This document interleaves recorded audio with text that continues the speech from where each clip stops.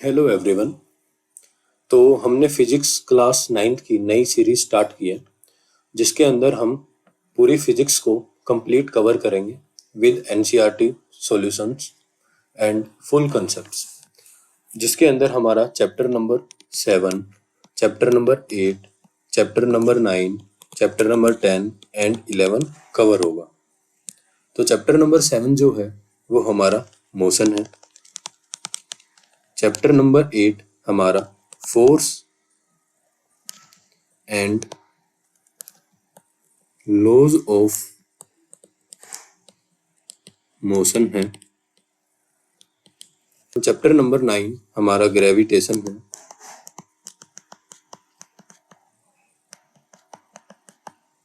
Chapter number 10 हमारा work and energy.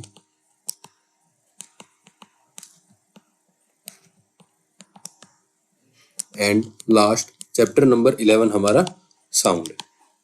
तो हम सबसे पहले जो स्टार्ट करने जा रहे हैं वो हम करने जा रहे हैं चैप्टर नंबर 7 को।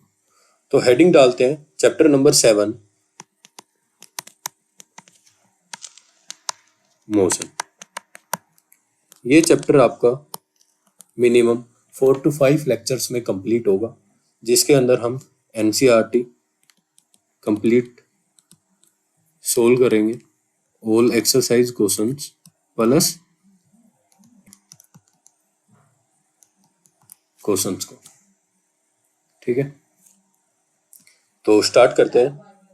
हमारे पास दो हेडिंग्स हैं सबसे पहले, जिन्हें मैं पढ़ना है। First one is rest and motion. तो रेस्ट और मोशन को हम किसी भी ऑब्जेक्ट को हम कैसे बोल सकते हैं कि वो रेस्ट पे है या फिर वो मोशन में है। तो इसको बताने के लिए हमें उसकी पोजीशन को चेक करना होगा विद रिस्पेक्ट टू सराउंडिंग या फिर another any stationery object.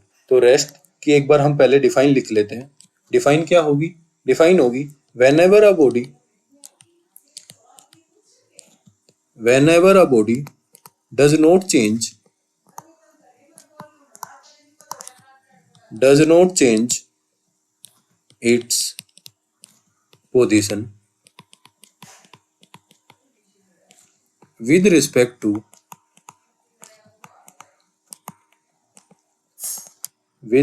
respect to stationary object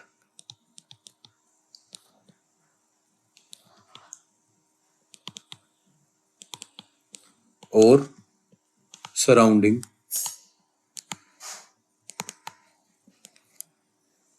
and also time। हमें टाइम के रिस्पेक्ट में भी उसकी पोजीशन को चेक करना होगा। Is said to be at rest. ठीक है, ये भी हम समझते हैं। Whenever a body does not change its position with respect to stationary objects or surrounding and also time is said to be at rest। इसका मतलब क्या है? इसका मतलब है कि जब भी हमारा कोई भी ऑब्जेक्ट किसी अनदर ऑब्जेक्ट के रेस्पेक्ट में अपनी पोजीशन को चेंज नहीं करता है विद रिस्पेक्ट टू टाइम, तो वो रेस्ट पोजीशन पर कहलाएगा। जैसे लेट्स सपोज कि आपके पास कोई भी एक क्या है, पुलिस स्टेशन है। आपका स्कूल उस पुलिस स्टेशन से 50 किलोमीटर्स दूर है। तो आप क्या बोलोगे कि आपका स्कूल जो है with respect to police station वो 50 किलोमीटर्स दूर है। अब मान लेते हैं कि वो आज मॉर्निंग में 8 o'clock यहीं पर था, 9 o'clock भी यहीं पर होगा, एंड अगर हम उसे 2 दिन बाद भी चेक करेंगे तो भी वो यहीं पर होगा। इट मीन्स अगर हमें किसी भी ऑब्जेक्ट के बारे में, अगर उसकी स्टेट के बारे में बताना है कि वो रेस्ट पर है या फिर वो मोशन में है, तो हमें with respect to another object कोई भी लेना होगा। ये जो पुलिस स्टेशन है ये क्या है? ये सराउंडिंग है उस स्कूल के लिए जिसके बारे में आप बताना चाह रहे हैं। इस केस में जो हमारा पुलिस स्टेशन है वो क्या कहलाएगा? Reference point. रेफरेंस पॉइंट का ही दूसरा नाम होता है ओरिजिन। ठीक है, अब इसका एक और एग्जांपल ले लेते हैं। लेट्स सपोज कि आपके पास कोई भी एक ट्री है और आपकी कार इस ट्री से 10 metre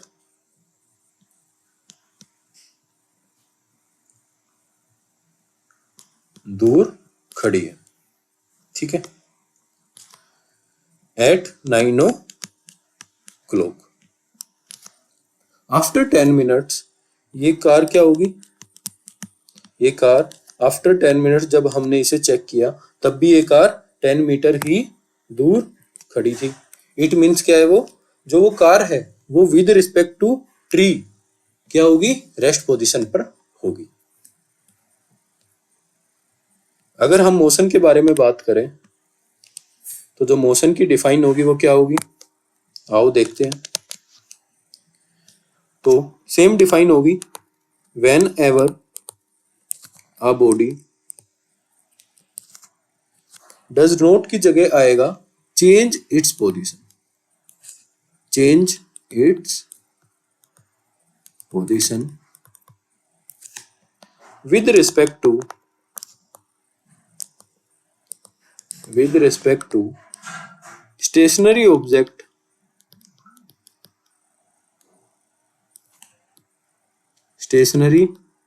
object and or surrounding and also with time। Without time कोई भी बॉडी अपनी पोजीशन को चेंज नहीं कर सकती। ऐसा तो है नहीं कि वो ए पॉइंट पर है 9 o'clock पे, 9 o'clock पे ही वो बी पॉइंट पर है। ऐसा तो नेचर में ही पॉसिबल नहीं है, तो हमें टाइम की रिक्वायरमेंट होगी ही होगी। Then it is said to be in motion.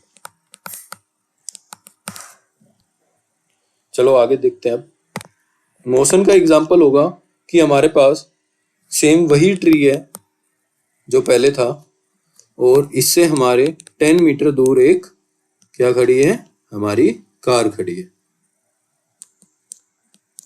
ठीक है, eight 9 o'clock। But after 10 minutes क्या हुआ कि वो जो कार है वो 10 मीटर से डिस्प्लेस कर 20 मीटर पर आ गई। इट मीन्स कार ने कुछ ना कुछ क्या किया होगा? मोशन किया होगा, जिसके कारण वो कार 10 मीटर से 20 मीटर दूर हो गई उस ट्री से। ठीक है, बट इसी चीज को जो हमारे आइंस्टाइन सर है उन्होंने क्या बोला? उन्होंने एक चीज पढ़ाई, वो पढ़ाई हमें रिलेटिव मोशन के बारे में। रिलेटिव मोशन का मतलब क्या है कि कोई भी ऑब्जेक्ट या फिर कोई भी बॉडी आपकी रेस्ट पे भी हो सकती है और मोशन में भी हो सकती है। वो देखने वाले पे डिपेंड करता है कि जो आपकी बॉडी जो आप देख रहे हो वो रेस्ट पे होगी या फिर वो मोशन में होगी। लेट्स सपोज कि आप एक बस में जा रहे हो, आपकी बस जा रही है और जो साइड में रोड के साइड में जो ट्रीज है वो आपको कैसे दिख रहे होंगे? वो आपको बैकवर्ड जाते हुए दिख रहे होंगे। ट्री बैकवर्ड मोशन कर रहे हैं विद रिस्पेक्ट टू बस। जो बस के अंदर जितने भी पर्सन्स बैठे होंगे उन सबके लिए क्या होगा? उन सबके लिए ट्री बैकवर्ड मोशन कर रहा होगा और वो सब बस के रिस्पेक्ट में क्या होंगे? रेस्ट पर होंगे। ठीक है, क्योंकि बस भी उसी स्पीड से मूव कर रही है जिस स्पीड से आप मूव कर रहे हो। उसके कारण क्या होगा? बस तो आपको रेस्ट पे दिखेगी और ट्री आपको बैकवर्ड मोशन करता हुआ दिखेगा। अब कोई पर्सन अगर यहां पर बाहर खड़ा है तो उसको ये ट्री कैसा दिखेगा? उसको ये ट्री दिखेगा रेस्ट पर। बट बस में जो कोई पर्सन बैठा है उसके लिए ट्री कैसा होगा? मोशन में होगा। इसी बात को समझाया था रिलेटिव मोशन के अंदर।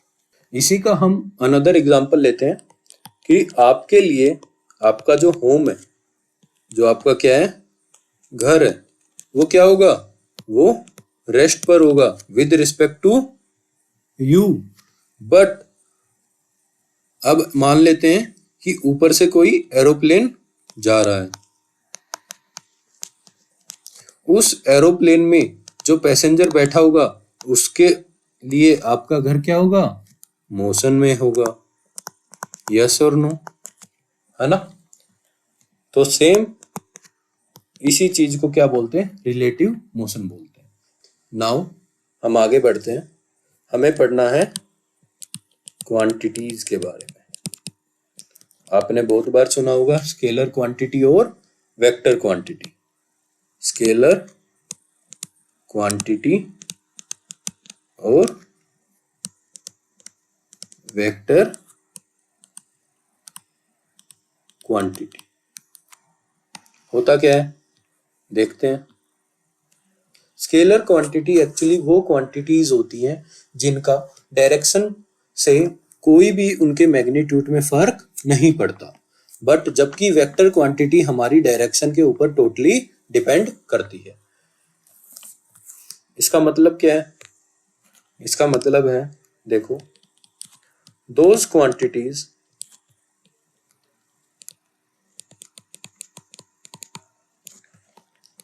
which has magnitude but no direction। जबकि वेक्टर क्वांटिटी के केस में क्या होगा, those quantities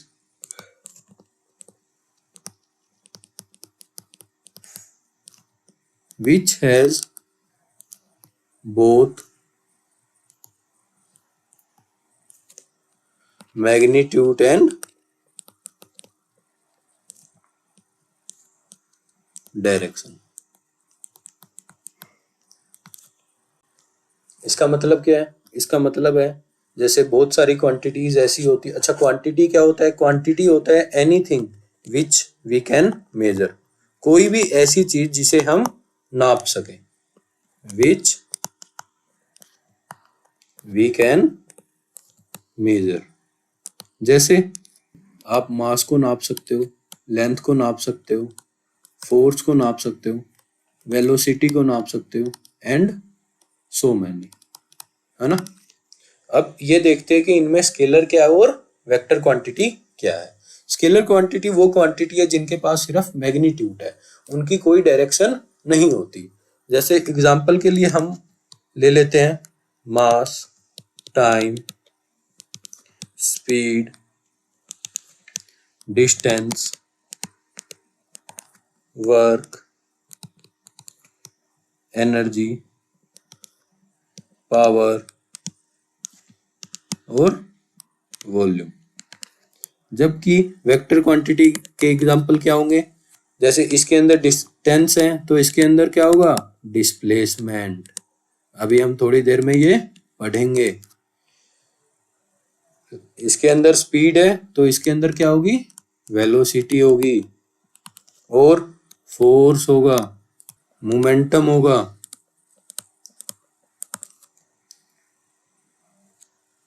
and so many. देखो इसी चीज को अब हम समझते हैं। अगर हमारे पास कोई भी एक पर्सन है, अगर मैं उसको लेफ्ट साइड से 5 kg मास दे दूं और राइट साइड से 10 kg मास दे दूं, तो भी उसके पास टोटल मास कितना होगा, 15 kg होगा। यस और नो। अगर मैं उसको एक साइड से 5 kg और 10 kg दोनों दे दूं, तो भी उसके पास टोटल मास 15 kg ही होगा। ये आपका डायरेक्शन के ऊपर डिपेंड नहीं करता।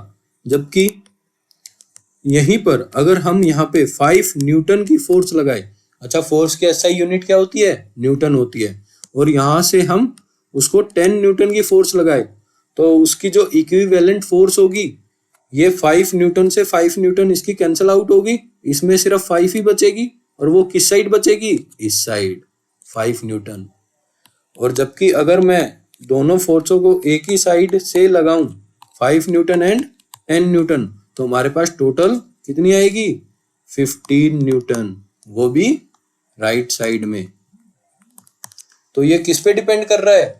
ये डिपेंड कर रहा है आपका डायरेक्शन के ऊपर। ये दोनों क्वांटिटी क्या हो गई? अलग अलग हो गई। डायरेक्शन अगर हमने चेंज कर दी तो हमारी क्वांटिटी भी डिफरेंट हो गई। इसी को हम बोलते हैं वेक्टर क्वांटिटी। और जिस केस में हमारी डायरेक्शन चेंज करने से अगर उसकी क्वांटिटी पे कोई भी फर्क ना पड़े तो वो क्या कहलाती है? Scalar quantity. तो अब हम अगले टॉपिक की तरफ बढ़ेंगे जो कि हमारा है डिस्टेंस एंड डिस्प्लेसमेंट।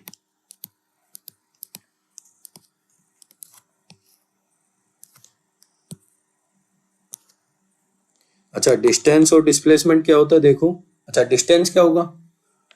डिस्टेंस पहले एग्जांपल से समझते हैं। जैसे हमारे पास कोई भी एक पर्सन है, उसको ए पॉइंट से बी पॉइंट तक जाना है, तो उसके पास बहुत सारे वेज है, वो कहीं से भी जा सकता है।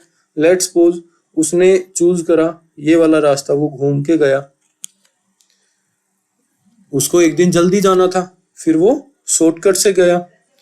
फिर उसको एक दिन उसके पास बहुत सारा टाइम था, तो उसने क्या करा? उसने एक लंबा टूर लिया और घूम के बी पॉइंट पे पहुंचा।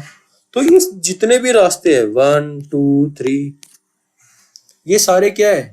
ये जितने भी पाथ्स है आपके पास, ये सारे डिफरेंट पाथ्स हैं, बट इन सबकी लेंथ भी क्या होगी? डिफरेंट होगी। इसी एक्चुअल पाथ को हम क्या बोलते हैं? डिस्टेंस बोलते हैं। तो डिस्प्लेसमेंट क्या होता है? किन्हीं भी दो पॉइंट्स के बीच में उनका जो शॉर्टेस्ट डिस्टेंस होगा वही हमारा क्या कहलाएगा? वही हमारा डिस्प्लेसमेंट कहलाएगा। यस और नो? वन मोर थिंग, जो भी उसका शॉर्टेस्ट डिस्टेंस होगा क्या वो स्ट्रेट लाइन होगा? यस और नो? हाँ, वो स्ट्रेट लाइन होगा। जैसे अगर ए और बी पॉइंट है हमारे पास, उसके जाने के रास्ते तो हमारे पास बहुत सारे हैं।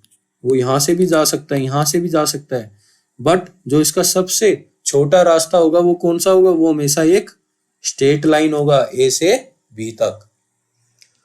तो आइए इनकी हम डेफिनेशन लिखते हैं। डिस्टेंस क्या होगा? वो एक्चुअल पाथ, लेंथ, जो कि कवर करी है किसी भी बॉडी या फिर किसी भी ऑब्जेक्ट ने, covered by a object, is known as distance. जबकि डिस्प्लेसमेंट में केस में क्या होगा? ये हमारा शॉर्टेस्ट डिस्टेंस होगा किन्हीं भी दो पॉइंट्स के बीच में। वो दो पॉइंट क्या होंगे? Initial and final points. Initial and final points. Initial point कौन सा है? जहां से उसने स्टार्ट किया है, ये हमारा इनिशियल पॉइंट है, और जहां पर उसने एंड किया है वो हमारा फाइनल पॉइंट है। ठीक है। अच्छा, जो हमारा डिस्टेंस है वो कैसा होगा? देखो, डिस्टेंस हमारा डायरेक्शन चेंज करने से क्या नहीं हो रहा? चेंज नहीं हो रहा। डिस्टेंस अगर यहाँ पर 3 किलोमीटर है तो वो 3 किलोमीटर ही रहेगा। ऐसा तो है नहीं कि अगर बी टू ए अगर इस पाथ पे आऊं और ए टू बी अगर मैं इस पाथ से वापस जाऊं, क्या मेरा डिस्टेंस चेंज हो जाएगा? नहीं, वो 3 किलोमीटर ही रहेगा। तो ये हमारी कैसी क्वांटिटी है? ये हमारी स्केलर क्वांटिटी है। जबकि डिस्प्लेसमेंट एक वेक्टर क्वांटिटी है जो कि डायरेक्शन के ऊपर डिपेंड करती है। कैसे करती है वो भी हम देख रहे हैं। अच्छा, इसकी एसआई यूनिट क्या होगी? यूनिट्स तो बहुत सारी है, बट जो हमारी स्टैंडर्ड यूनिट है वो क्या है? वो हमारी मीटर है, क्योंकि ये भी एक डिस्टेंस है। डिस्टेंस को हम किस में नापेंगे? मीटर में। और क्या यूनिट्स हो सकती हैं? अदर यूनिट्स में किलोमीटर, इसकी बिग यूनिट है। Then foot, inches, centimetre and so on. ठीक है। सिमिलरली इसकी भी एसआई यूनिट क्या होगी? इसकी भी एसआई यूनिट मीटर होगी, क्योंकि ये भी एक डिस्टेंस है। ठीक है। अच्छा, डिस्टेंस को हम किससे डिनोट करते हैं? डिस्टेंस को हम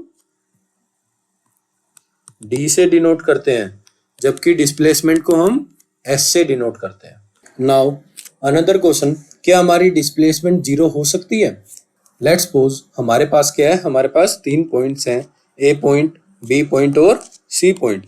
सबसे पहले हम ए से बी गए, देन हम बी से सी गए। ए से बी हमारा 5 किलोमीटर है, देन बी टू सी हमारा 3 किलोमीटर है। तो हमारा जो टोटल डिस्टेंस होगा वो कितना होगा? 5 + 3 8 किलोमीटर। यस और no? Now consider another case कि आप ए से बी स्ट्रेट लाइन में गए, ए से बी आप स्ट्रेट लाइन में गए, बट बी टू सी आप अपर साइड गए। तो आप 5 किलोमीटर ए टू बी गए, देन बी टू सी आप 3 किलोमीटर गए। आपका टोटल जो डिस्टेंस होगा 5 + 3 वो 8 ही किलोमीटर होगा। यस और नो? यही देखा था अभी हमने थोड़ी देर पहले।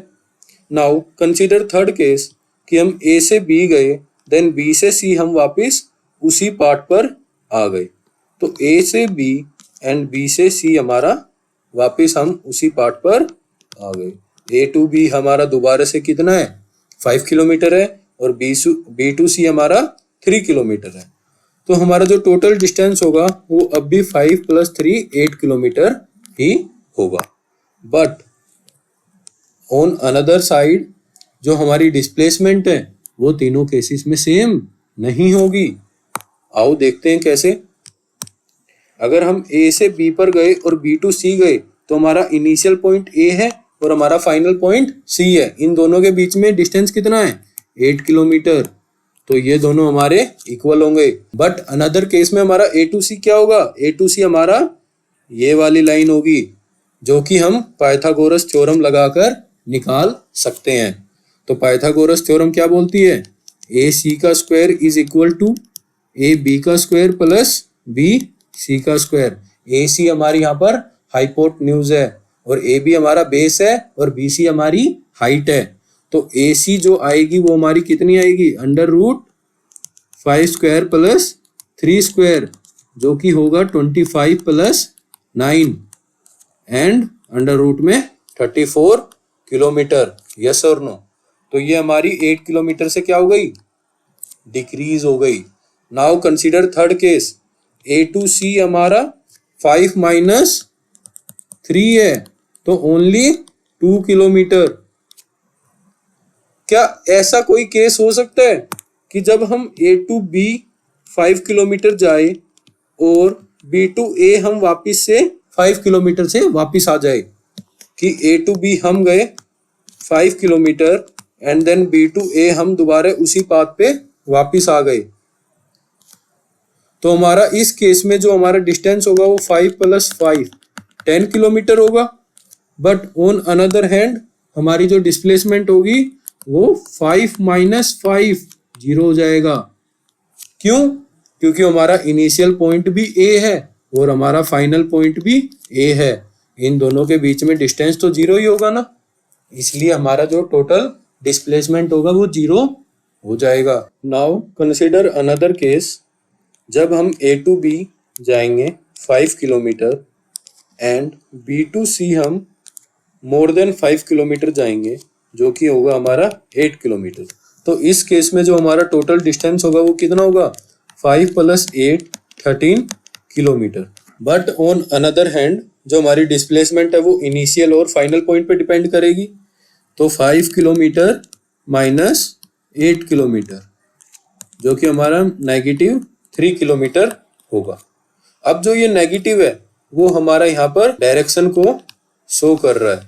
इसका मतलब ये नहीं है कि लेंथ हमारी नेगेटिव हो गई। लेंथ कभी भी नेगेटिव नहीं हो सकती, बट वेक्टर क्वांटिटी में नेगेटिव और पॉजिटिव आ सकता है ड्यू टू डायरेक्शन। और ये जो 3 किलोमीटर है वो हमारे मैग्नीट्यूड को शो करे। नाउ अब हम पेज नंबर 74 के ऊपर गिवन क्वेश्चंस को देख लेते हैं। पहला क्वेश्चन क्या बोल रहा है? An object has moved through a distance, can it have 0 displacement? If yes, put your answer with an example. जो अभी अभी हमने समझा, displacement can be 0। Yes, displacement can be 0 और नेगेटिव। और पॉजिटिव, बट जो डिस्टेंस होगा वो always be positive. One more thing कि जो हमारा जो डिस्टेंस होगा वो हमेशा डिस्प्लेसमेंट से बड़ा होगा। बट हमने एक केस ऐसा भी देखा था जिसके अंदर हमारा डिस्प्लेसमेंट और डिस्टेंस क्या हो गया था, इक्वल हो गया था। तो डिस्टेंस ऑलवेज बी ग्रेटर और equal to displacement.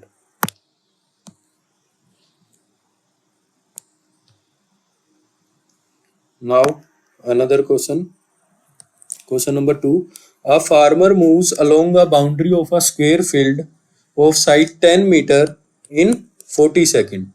It means कि हमारे पास कोई एक फार्मर है जो कि स्क्वायर फील्ड में मूव कर रहा है जिसकी साइड 10 मीटर है। ए बी सी डी हमारा यहाँ पर स्क्वायर है, तो हमारी चारों साइड्स क्या होगी, इक्वल होगी, 10 मीटर 10 मीटर एंड 10 मीटर। उस फार्मर में ए पॉइंट से स्टार्ट किया, ए से बी पर गया, बी से सी पर गया, सी से डी पर गया, डी से देन अगेन ए पर आ गया। तो A to B, B to C, then C to D and D से ए वापिस आने पर उसने टोटल टाइम जो लिया वो लिया उसने 40 सेकेंड्स का। देन क्वेश्चन में आगे पूछा है what will be the magnitude of displacement of farmer at end of 2 minute and 20 seconds. तो जो हमारे पास टोटल टाइम गिवन है वो कितना है, 2 मिनट एंड 20 सेकेंड्स। तो 2 मिनट की हो गई 120 सेकेंड्स, तो टोटल सेकेंड्स हमारे पास है 140 सेकेंड्स। तो एक राउंड कंप्लीट करने में फार्मर को कितनी लग रही है, 40 सेकेंड्स लग रही है। तो 2 राउंड में 80 सेकेंड्स हो जाएगी। 2 राउंड्स का मतलब क्या है, वो ए से बी पर गया, बी से सी, सी से डी, देन डी से ए। इसमें एक राउंड पूरा हुआ। सेकंड राउंड के लिए उसने दोबारा A to B, B to C, then C to D, then again D to A. Then third round के लिए वो दोबारा 40 सेकेंड्स लेगा, देन टोटल हो गई 120 सेकेंड्स। अब हमारे पास 20 सेकेंड्स बच गई इसमें से, तो ये 20 सेकेंड्स वो दोबारा चलेगा। अगर वो 40 सेकेंड्स में एक कंप्लीट राउंड कर रहा है तो वो 20 सेकेंड्स में हाफ राउंड करेगा। हाफ राउंड कितने में करेगा, वो 20 सेकेंड्स में करेगा। तो 3.5 राउंड वो कंप्लीट करेगा 140 सेकेंड में। यस और नो? अगर वो 140 सेकेंड में 3.5 राउंड कंप्लीट कर रहा है तो वो ए टू बी से अपने 3 राउंड पूरे करेगा। देन हाफ राउंड के लिए वो ए टू बी जाएगा, देन बी टू सी जाएगा। तो कहां पर प्रेजेंट होगा, वो सी पर प्रेजेंट होगा। तो उसका इनिशियल पॉइंट ए है और उसका फाइनल पॉइंट क्या होगा, सी होगा। और इन दोनों के बीच का जो डिस्प्लेसमेंट होगा, क्या वही हमारा आंसर है? तो ए टू सी का जो डिस्टेंस है वो हम कैसे निकालेंगे? तो ये हमारा राइट एंगल ट्राइंगल बन रहा है दोबारा से, जिसके अंदर पाइथागोरस थ्योरम लगेगी। देन हाइपोटेन्यूज का स्क्वायर इक्वल टू हाइट का स्क्वायर प्लस बेस का स्क्वायर। तो हाइट और बेस हमारा 10 मीटर गिवन है। 10 square plus 10 square equal to AC square. तो ये कितना होगा, 100 प्लस 100। तो AC जो होगा वो आपका √200 मीटर होगा। अगर हम और सिंप्लीफाई करें तो 10 √2 मीटर आपका इसका आंसर होगा। Then move toward the third question. क्या पूछ रहा है, which of the following is true for displacement, it can not be zero. नहीं, गलत है, वो जीरो हो सकती है। Its magnitude is always greater than the distance travelled by the object. तो ये हमेशा क्या होगा, ज्यादा होगा। और इक्वल टू भी हो सकता है। यस और नो? तो इसका बी पार्ट करेक्ट है। ये जो क्वेश्चन है वो एनसीईआरटी का क्वेश्चन है, क्वेश्चन नंबर 1। ठीक है, क्या बोल रहा है, एक एथलीट है जो कंप्लीट करता है एक round of circular track of diameter 200 metre in 40 second, तो वो 2 मिनट 20 सेकेंड्स बाद कहाँ होगा? इस बार हमें स्क्वायर ना देके क्या गिवन है, सर्कल, यस और नो, जिसका डायमीटर कितना है 200 मीटर है, तो इसकी रेडियस कितनी होगी, रेडियस इसकी 100 मीटर होगी, तो वो उसकी सरकमफेरेंस पे भाग रहा है। सरकमफेरेंस का formula, circumference of circular track जो कि होता है 2 पाई आर, 2 इंटू 22/7, पाई की वैल्यू इंटू आर हमारा है 100 मीटर, तो वो इतना डिस्टेंस कवर कर रहा है 40 सेकेंड्स में, तो वो 2 मिनट 20 सेकेंड्स में कितना डिस्टेंस कवर करेगा? तो 2 मिनट क्या है 120 second again and 20 second plus equal to 140 second. Let's suppose कि हमारे पास कोई भी एक इनिशियल पॉइंट है ए, हमें इसका फाइनल पॉइंट निकालना है।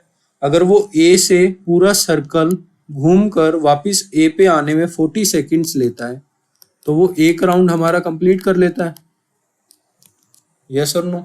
डिस्प्लेसमेंट निकालने के लिए हमें फाइनल पॉइंट की नीड है। 2 राउंड वो कितनी सेकंड्स में कंप्लीट करेगा, 80 सेकंड्स में। 3 राउंड वो 120 सेकंड्स में कंप्लीट करेगा, एंड हमारे पास रिमेनिंग कितनी है 20 सेकंड्स, तो वो एक राउंड को जब 40 सेकंड्स में कंप्लीट करता है तो 20 सेकंड में वो हाफ राउंड ही कंप्लीट करेगा, तो वो एग्जैक्ट ए के अपोजिट खड़ा होगा बी पॉइंट पर। ए से बी की जो डिस्प्लेसमेंट होगी, क्या वो उसका डायमीटर होगा सर्कल का, यस और no? So A to B जो हमारी डिस्प्लेसमेंट है वो सबसे छोटा डिस्टेंस है, और वो छोटा डिस्टेंस क्या है, डायमीटर ऑफ सर्कुलर ट्रैक, जो कि कितना है 200 मीटर। तो क्या हमें इसमें सरकमफेरेंस निकालने की नीड पड़ी? नहीं पड़ी। हम अपने माइंड का इस्तेमाल करके भी इस क्वेश्चन का आंसर दे सकते। Now begin with the another topic, that is types of motion. तो इसके अंदर जो हमारा पहला टाइप है वो है यूनिफॉर्म मोशन। तो मोशन को डिफाइन करने के लिए हमें 2 चीजों की रिक्वायरमेंट है, एक तो उसकी पोजीशन और दूसरी टाइम, कि वो किस टाइम पर किस पोजीशन पर था। तो यूनिफॉर्म मोशन क्या होता है? यूनिफॉर्म मोशन होता है कि जब वो इक्वल इंटरवल ऑफ टाइम में इक्वल डिस्टेंस को कवर करे, उसी को हम क्या बोलते हैं, यूनिफॉर्म मोशन बोलते हैं। तो यूनिफॉर्म मोशन की डिफाइन क्या होगी, it is a type of motion in which body travels equal distance in equal interval of time। जैसे example, minute hand of clock. तो मिनट हैंड क्या होती है, हर आवर के अंदर वो अपनी इनिशियल पोजीशन पर वापस से आ जाती है। जैसे अगर हमारी मिनट हैंड 12 पर है तो वो 1 आवर के बाद इतना डिस्टेंस कवर करेगी, देन दोबारा से 12 पर आएगी, देन अनदर आवर में वो दोबारा से इतना ही इक्वल डिस्टेंस ट्रेवल करेगी इक्वल इंटरवल ऑफ टाइम के अंदर। हर आवर में वो कितना डिस्टेंस कवर कर रही है, वो इतना डिस्टेंस कवर कर रही है, देन अनदर आवर में वो दोबारा से इतना ही डिस्टेंस कवर कर रही है। तो ये कैसा मोशन है, ये यूनिफॉर्म मोशन है। जब कोई भी ऑब्जेक्ट इक्वल इंटरवल टाइम के अंदर इक्वल डिस्टेंस को कवर करता है, उसी को हम क्या बोलते हैं, यूनिफॉर्म मोशन बोलते हैं। इसका अनदर एग्जांपल क्या होगा, अर्थ की रोटेशन अबाउट द सन। कोई और एग्जांपल, कार, अगर कोई भी हमारी कार अगर वो कांस्टेंट स्पीड से क्या कर रही है, मूव कर रही है। कांस्टेंट स्पीड मींस अगर लेट्स सपोज वो 10 ओ क्लॉक से यहाँ से चली और 11 ओ क्लॉक पर उसने 50 किलोमीटर क्या करे, कवर किए, देन 12 ओ क्लॉक तक उसने दोबारा से 50 किलोमीटर्स कवर किए एंड सो ऑन। तो ये कैसा मोशन है, ये यूनिफॉर्म मोशन है। यूनिफॉर्म मोशन के अंदर जो ऑब्जेक्ट की जो स्पीड होती है वो हमेशा कांस्टेंट होती है। कांस्टेंट बोलो या फिर इक्वल बोलो। अगर इसी चीज को हम डिस्टेंस टाइम ग्राफ के अंदर देखेंगे यूनिफॉर्म मोशन को, तो उसका ग्राफ कैसा होगा, तो वाई एक्सिस पे हमारे पास क्या है, डिस्टेंस है, और एक्स एक्सिस पे हमारे पास क्या है, टाइम है। नाउ अगर हमारे पास कोई भी बॉडी है, अगर वो body equal interval of time में अगर इक्वल डिस्टेंस ट्रेवल करेगी, तो देखो अगर 1 किलोमीटर उसने 5 मिनट्स के अंदर ट्रेवल किया, टाइम हमारा कितने में है, मिनट्स में है। अगर 5 मिनट्स में अगर उसने 1 किलोमीटर ट्रेवल किया, तो अब उस बॉडी का कोऑर्डिनेट यहाँ पर होगा, यस और नो। देन अनदर 1 किलोमीटर में वो दोबारा से 5 मिनट ही लेगी, तो वो 10 पर आ जाएगी, तो उसका कोऑर्डिनेट कहाँ होगा, उसका कोऑर्डिनेट अब यहाँ होगा। देन अनदर 1 किलोमीटर के लिए उसे दोबारा से 5 मिनट ही चाहिए, तो अब 10 में 5 ऐड किया तो 15 मिनट्स हो गई। देन वो 3 किलोमीटर पे 15 मिनट्स में बॉडी हमारी यहाँ पर होगी।